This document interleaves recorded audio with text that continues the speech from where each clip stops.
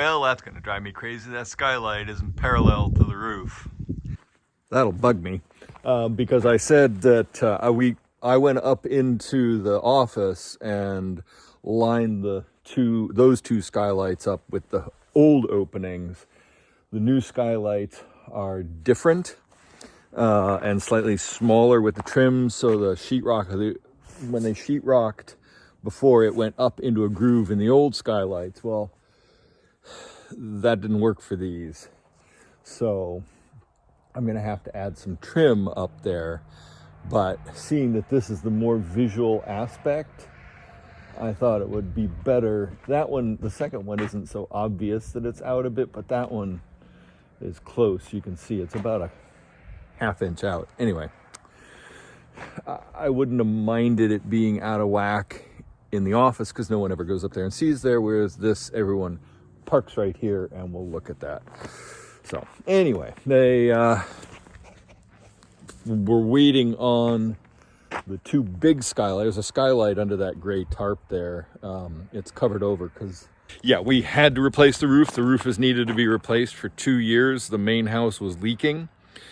And so we put up a tarp, which then ripped off this fall in a big windstorm. And so they came and started the process, stripped that, brought it back, and then the roofing didn't come. It was delayed, so they had to tarp it instead of leaving it with the black paper on it, which it's not roofing paper. It's not roofing felt, it's a special roofing paper. Dulcie is not looking like she's making any progress. She's due the 25th. Libby's due the 26th, possibly. Could be sooner. Libby's acting a little weird. I don't know what that's about. Anyway, I thought I'd just come down here and look in on the cows, make sure everybody's good. Libby definitely doesn't look like she's getting much closer. So she's, like I said, they're due middle of next week. So we're just keeping an eye on them. We put the moo call on Dulcie. Her udder is filling out. Her teats are getting tight. And she is starting, her pin bones are starting to spread. So not anything imminent, we don't think, but given the bad weather that we were having with the high winds the last 2 days, I mean, we had almost 40-mile-an-hour winds here. I don't know how the guys worked on the roof yesterday. It was blowing a gale. It was minus wind chill. Anyway, we just felt throwing the moo call on Dulcie so that if for some reason she calved early in that really super harsh weather, you know, a baby dropped on a minus wind chill. I'm just looking at the heifers. Baby dropped on a minus wind chill day, even if it was in the barn, it'd freeze immediately. It was that bad. It's funny, those pans on the house look narrower than the ones on the barn. And those are the ones on the new barn are just the big wide sheets. These are standing seam, lock standing seam. It was an expense we'll be paying on for years. But here's my little climate pitch. The reason, well, barns, I like metal roofs on barns because it's just easy. The panels are lightweight. And the work is just done. On the house, we could have put 3-tab on asphalt shingles for less than half the cost of this metal roof. But I'm thinking as the temperatures increase, climate change, what I'm seeing is the asphalt shingles are going to start failing sooner than their recommended lifespan. Normal 3-tab is 15 years. You pay a little extra. You can get 20, 25 years. Some of the architectural, really fancy designed asphalt shingles, you can get up to 30 years. I bet you none of them have a lifespan over 10 years in a few years.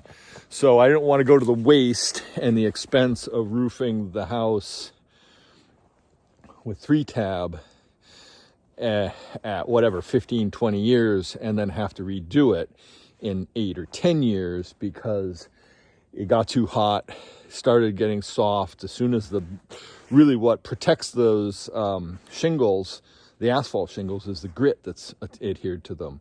As soon as that's gone and the asphalt starts cycling in heat and cold cycles, it gets brittle, snaps, and flies off. So the roof that was on the house lasted about 25 years, I think, is when they told us they put it, about 25 years ago.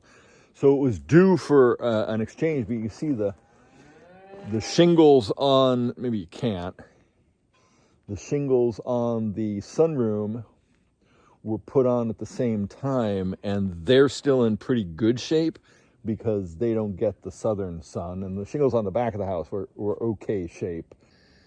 Yeah, so metal roof instead of asphalt, I think that's the way forward. Eating the pig's eggs is like feeding them gold.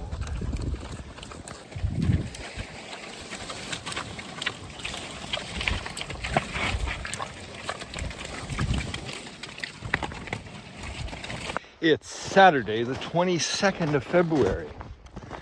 Just coming back from feeding the pigs. It is a beautiful day, third beautiful day in a row. Windy and cold, but otherwise spectacular. We're still waiting on Dulcie to give birth. She looks like she's getting closer. Her actual due date is on Tuesday, so we're keeping an eye on her. Nettle's teat was eventually seen by a veterinarian, and it is much better now than this picture here. Oh, it's going late. It's gone, I don't know, 10 past 5. Haven't done a lot today. I mean, we did the normal morning chores and things. I made a delivery and ran some errands, went to the feed store. And mostly we've been trying to boost online sales because things are a little uncertain in the world, and, well, things are really uncertain in the world. And that, for whatever reason, the midwinter blues have struck, and what's typical for this time of year is a slump in sales for us, and that's never good. And so we're just trying to, make sure we can make it. And so in that regard, did you know we have an online store? Yeah, the soft sell, right? Yep, east40farm.com, LakinsGorgeousCheese.com. L spelled out, put the link in the notes. Yeah, so we're just trying to, summer's not usually an issue. Sales go on. Prior to the pandemic, we were all wholesale business. Allison sold all of her cheese through wholesale. She had a lot of restaurants and shops and customers. We shipped nationwide, and things were good. Pandemic, 80% of those businesses closed. Some that have come back have also gone out of business, and so we've switched to more of an 80% retail mode, direct to sales to customers and to local shops. Well, that's wholesale, but yeah, online sales and direct to customer in the state sales. People come to the farm shop here. We've done farmers markets. That's how we make our money. That's our business. We milk the cows. The milk goes all into the cheese. It's not like we get a check, a milk check, as it were, for milking cows and selling the milk. It has to go through many more stages and the aging process before we get a return on any of our investment. And so that's a bit better business model for us with a small herd like this and a small amount of land and just two of us. We get a better return on our investment, a better yield for the price of a better price for our milk, as it were. But we are at the vagaries of people's buying. It's not like we're selling into a big milk pool and taking a price there. We're creating a product and then that marketing and selling cheese and meat and some of the prepared foods we make and some of the other things that we do here, which since the pandemic, we've tried to offer various things at various times that the community seemed to want, so we're really grateful that we have an awesome community here that supports us, and that people love stopping by the farm and visiting and coming to see the animals, and hopefully they don't catch us on an off day or where we're really busy or slammed or there's an emergency or something here. because normally we like to take the time and visit with everybody who comes here to the farm. And certainly our public suppers and some of the other events we've done here at the farm over the years all help to build community around us and to help do that local supportive agriculture, which I think we need now more than ever. I have 2 alarms set on my phone. Well, 3 really. I mean, the one that gets us up in the morning, a 2 o'clock cow check alarm, and a 5 o'clock cow check alarm. And I've left them there for years. They just, 2 o'clock an alarm goes off, 5 o'clock an alarm goes off. When the cows are out in the field, that often means I'm going to move them. So I go out to the field to move a line, give them more grass, check on how they're grazing. Calving, that's certainly what we're into now. So the 2 and 5 o'clock reminder to stop what I'm doing, take a break, come down here, check what the cows are doing. So the 5 o'clock alarm is sort of my set. Hi, Mabel. Yeah, hi. My 5 o'clock alarm sets to remind me to come down here, check on the cows, make sure, like right now, I'm filling the water trough. It wasn't empty, but I'll top it off now so that they've got plenty of water when they come into the barn for milking. And actually, we're only just milking Lottie right now, but then when the other cows freshen, we'll add back the evening milking, because right now we're only milking the cows that are in milk, except for the ones who freshened, Lottie particularly. We're only milking once a day in the morning. It gives us a bit of a break. Calf is writhing in her belly. So we try and milk at 7 in the morning and 7 in the evening. That seems to work. It doesn't always happen on time. And so the 5 o'clock check also gets me down here, make sure everything's good, make sure there's nothing, we're going to find any kind of surprises when we come down to milk, and also to set up milking just a little bit. There are things like taking care of the heifers. I'll do that just before milking or during milking if Allison's there. If I'm milking on my own, I tend to just take care of it. It's only checking their water and feeding them their grain. So water trough is almost full. I'll go turn that off, and then because it's winter, it takes an extra 10 minutes. I drain the hoses so I can leave them out, and they're always there. I don't have a place to wrap them up and store them. When the boiler blew, the water that the line that provided the water to the milking parlor froze that day, and we haven't been able to get it back since because it's been horrendous. And so we're having to get water. Oh, and the standpipe froze. I don't think the standpipe is as much frozen as broken. The handle broke and I can't activate it, and I have a new one to put in, but I can't because it's ice and snow burying it. I have to dig it up. So the only way we can get water to the cows in the barn is by running hoses from around the corner to the hose taps right outside the creamery. And so that's something we have to do once or twice a day. And rather than put the hoses back and forth, we have this lovely hill that we live on.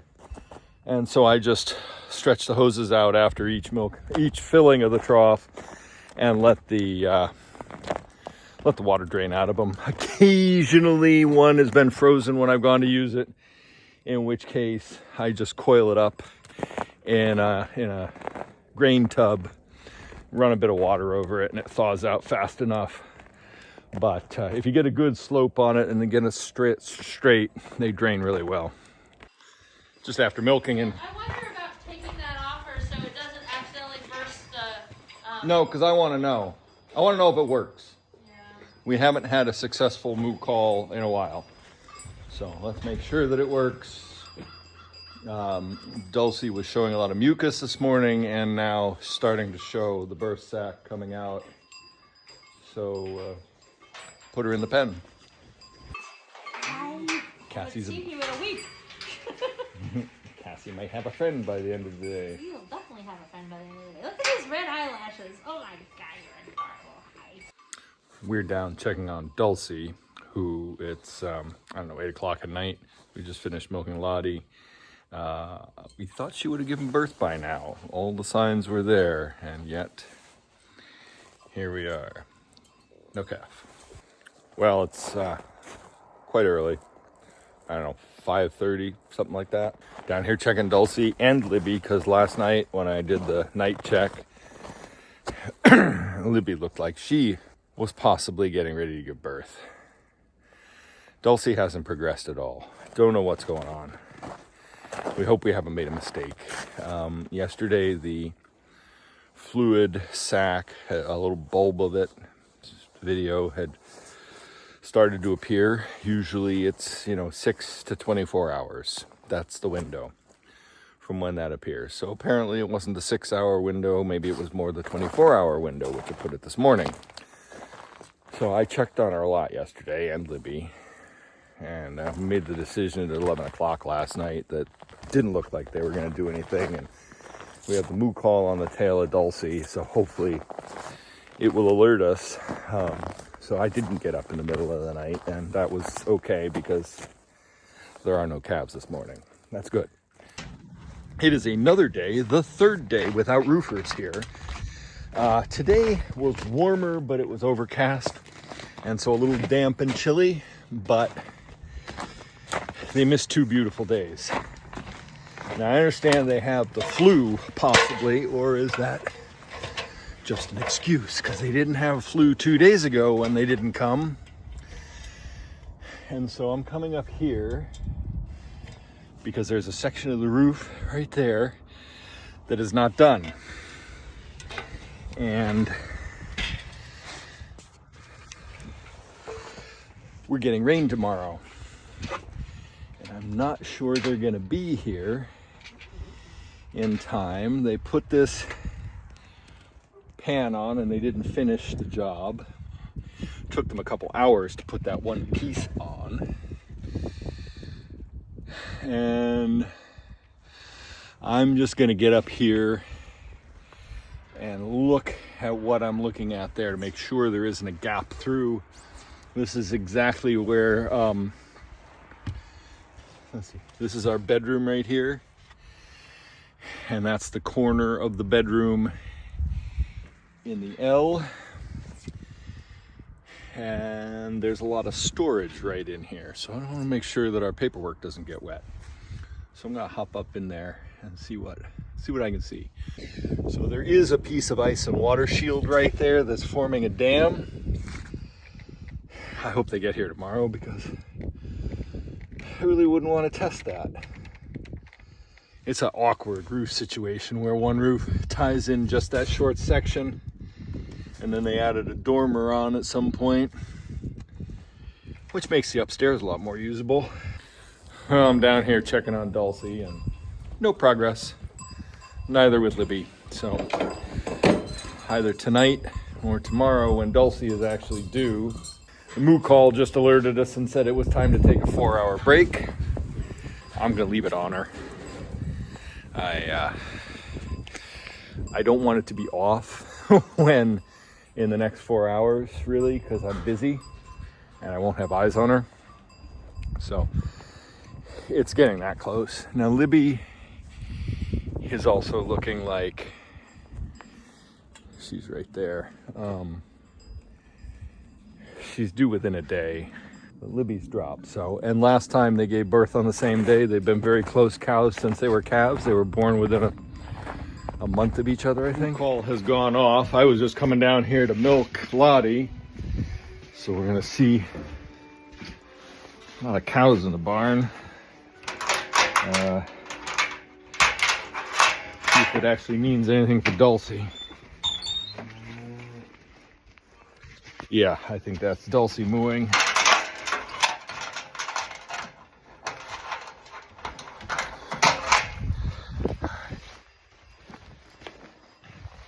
Yeah, she's got fluid gushing from her. How you doing, Dulcie mama?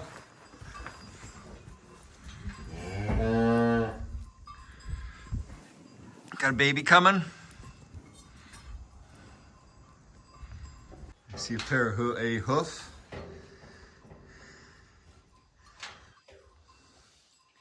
It's in the right presentation. I'd like to see a second hoof. Good girl, Dulcie Mama. Good girl, Dulcie loves. Yeah, you're doing great. Just gotta pop in there and see why that other hoof isn't there. Legs are crossed. I'm gonna wait for her to dilate and come out a little more. I think that hoof's coming.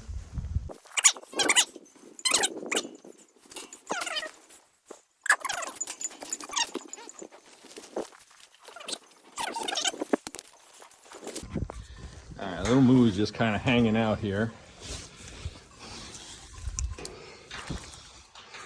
Oh dear, he bit his tongue, damn it. I'm happy about babies biting their tongue. Come on. Come on, Dulcie Mama, you can do it.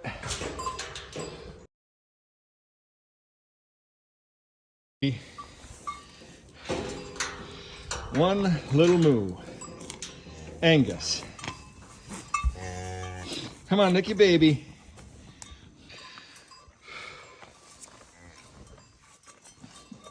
All right, well, that's Dulcie's calf born. Look, it's an Angus. I can't tell what sex it is yet. She's busy cleaning it. I'm gonna take the 15 minutes it takes to milk Lottie and get that done. And we'll let Dulcie clean her baby off as much as possible, and then we'll set to with towels. I was finished milking Lottie, and baby's already toddling around the pen, looking for mama. Yeah, so that's great. Baby is beef calves tend to be way stronger than Jersey calves. I mean, that calf is up and wandering around and ready to suckle far earlier than Jersey calf would. That's a purebred Angus. Well, an Angus calf, not purebred because crossed with Dulcie, who's a Jersey. So that's going to go in our beef program. And the reason there's no lights in the barn is because all the windstorms we had this winter so far broke the solar panel and all the snow. The snow took the solar panel off the roof, and the wind tore the cable. It's a proprietary solar panel that was attached to the lights. They're cheap. But for I think I spent $30 on a pair of lights, hanging solar barn lights that would be dim until there was motion. Put those in a couple years ago. They've been great. No, I guess I put them in the summer of last year. Anyway, they're great and cheap, and I'm sorry they're broken, but they would really help. I'm gonna buy 2 more sets and put them in. I was gonna try and do a big solar solution, but the lights, for the price, I can't beat them. Feeding Cassie.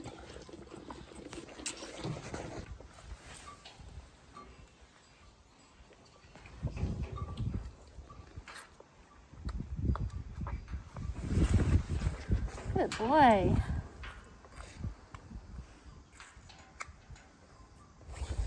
All right, it's first thing in the morning, and I was checking on Dulcie and found Libby had her baby.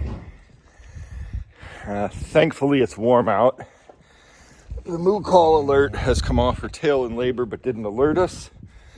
It doesn't look like she's been born that long, so I'm just gonna start drying the calf off. It's fortunately mild this morning. It's 37 degrees I just saw. Good job, Libby baby. I was worried about this, but it looks like she only just had him, so. And the calf from last night singing away. There's mama. Hi, darling. How you doing? Good job, Libby baby.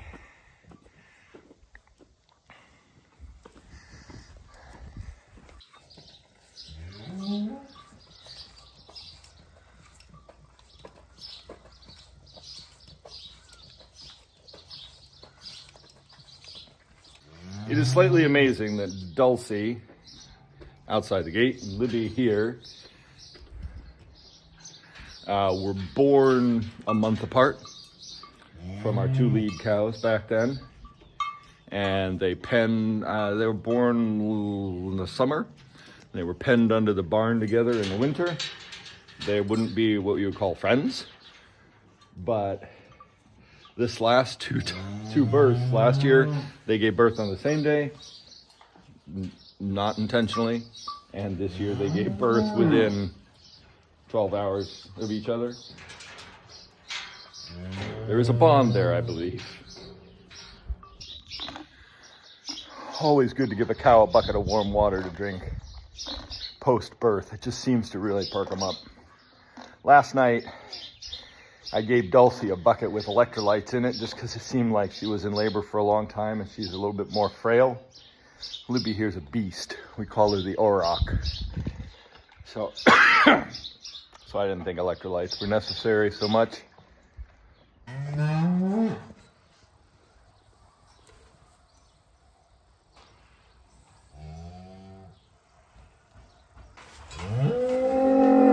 Cassie, Bunzy,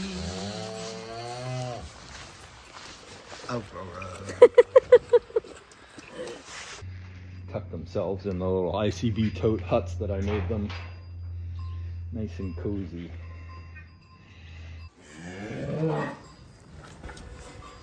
Babies and the foreign object.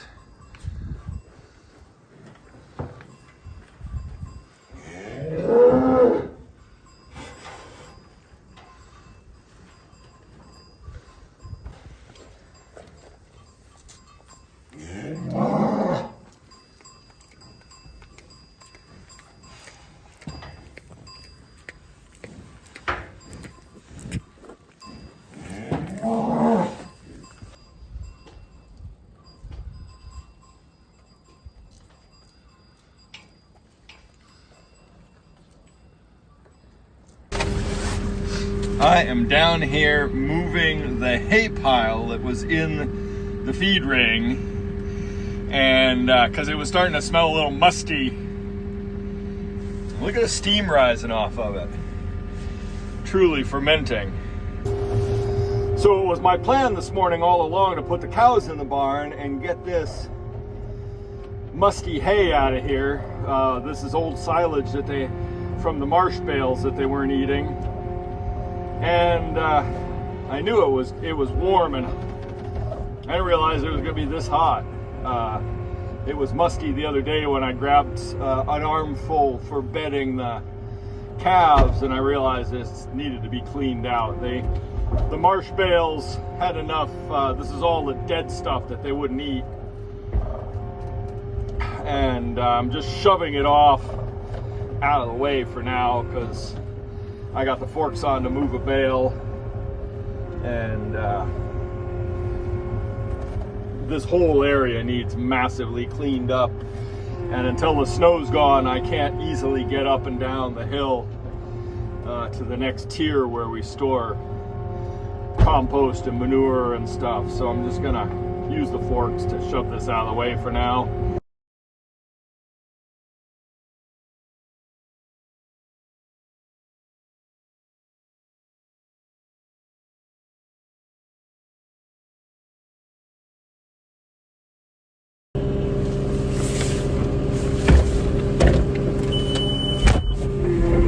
Alright, that's that done. Let's get turned around, park Gidget, get these cows eating this bale.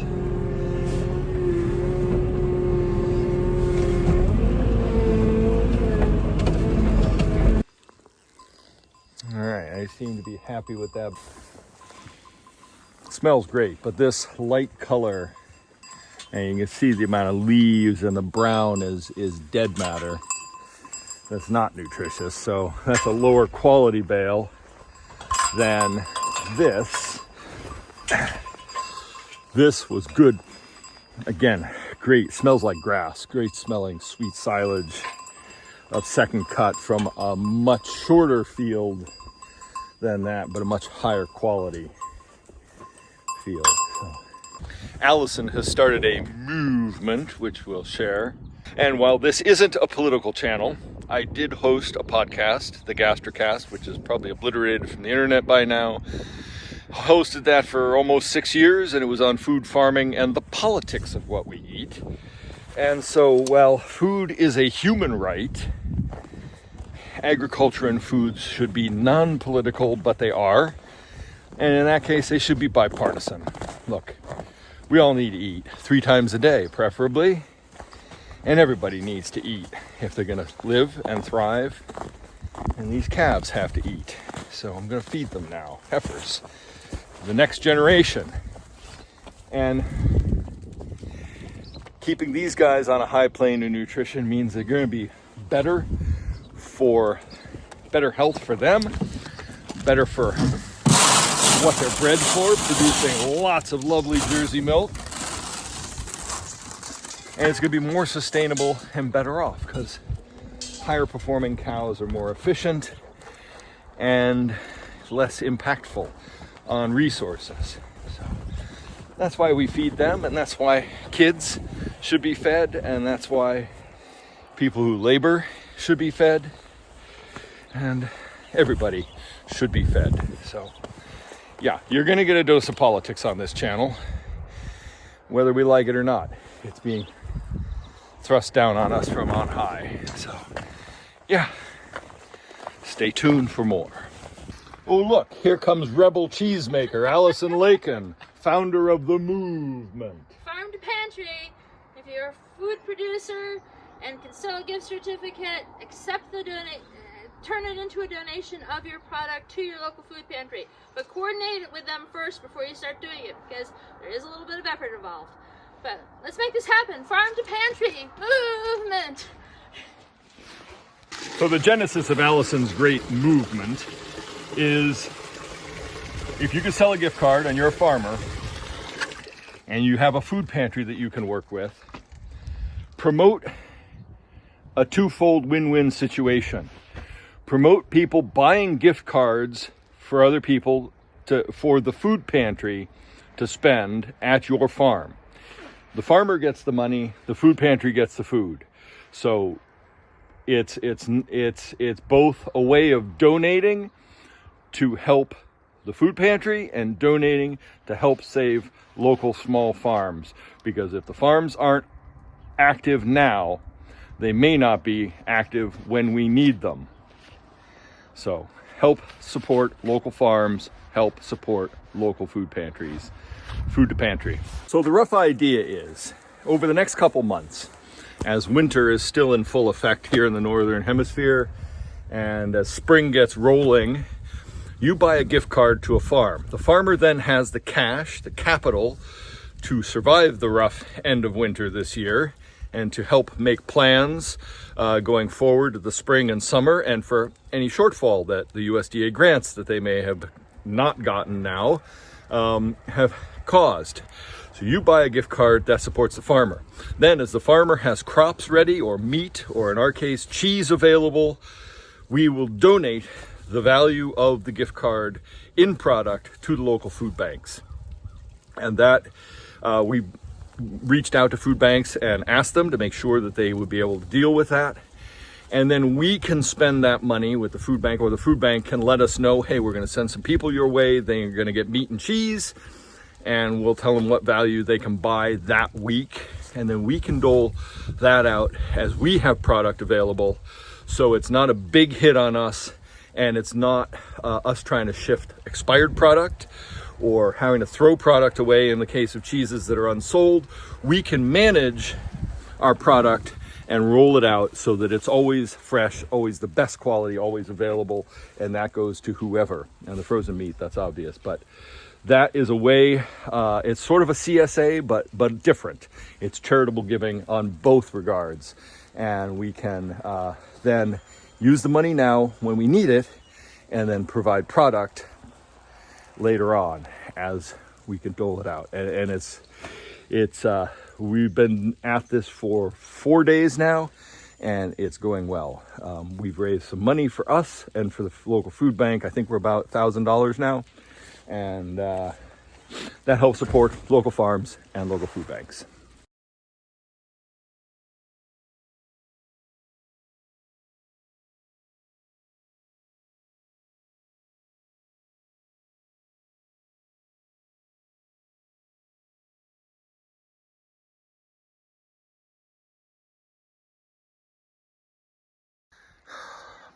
gloves, right? Can't use a damn phone when it's wet. And it's miserable today. We got a couple inches an hour of snowfall. Vast difference to yesterday's 48 degrees, almost 50 degrees, and hot and warm and sunny, and today's a mess. It's only about 32 degrees, and it's gonna warm up and change to rain. Allison's about to go out on deliveries. I was tempted to turn the wood boiler off. Damn, this is not going well.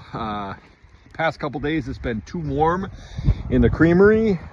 I gotta dial down the turn-off temperature. So basically the boiler's idling except for at night, and it's impractical to stop and start it and only burn it at night. It's gotta idle all day.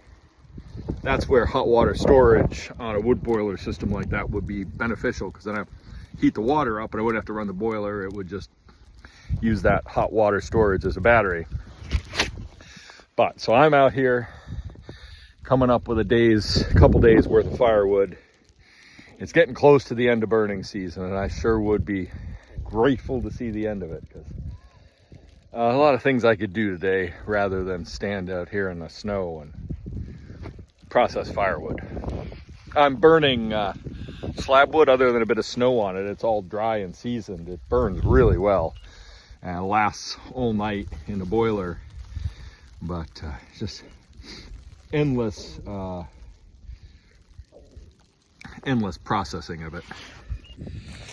One very busy possum all over here, all around the pig yard, down around there, over by the manure, up and down the hill.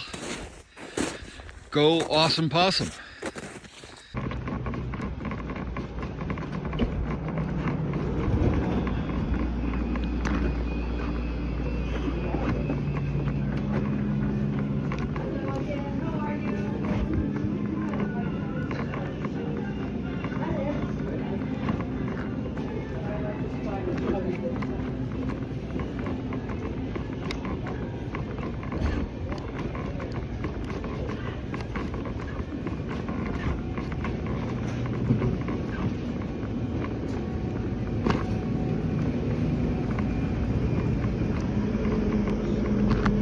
Hey, got cheese.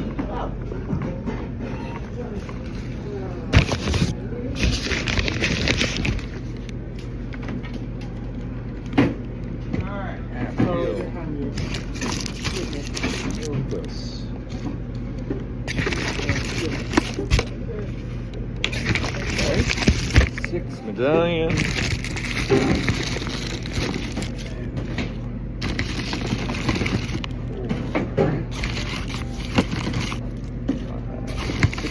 Vanilla. Two jigs. Let me pick at the invoice.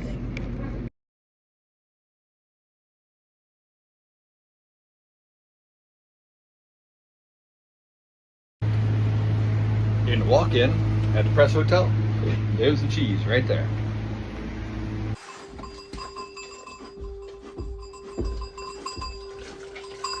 Dairy Made Invitational. The qualifying pour.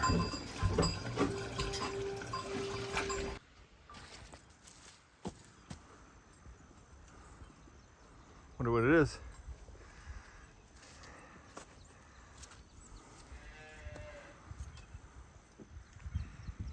Almost like it's immature. Oh,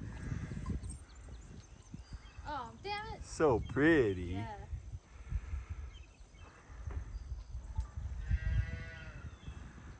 Yeah, I don't know what that one is. Is it red? It's not a red tail. Is it Cooper's? I'm not sure. I think it's whatever it is, it's immature. Yeah.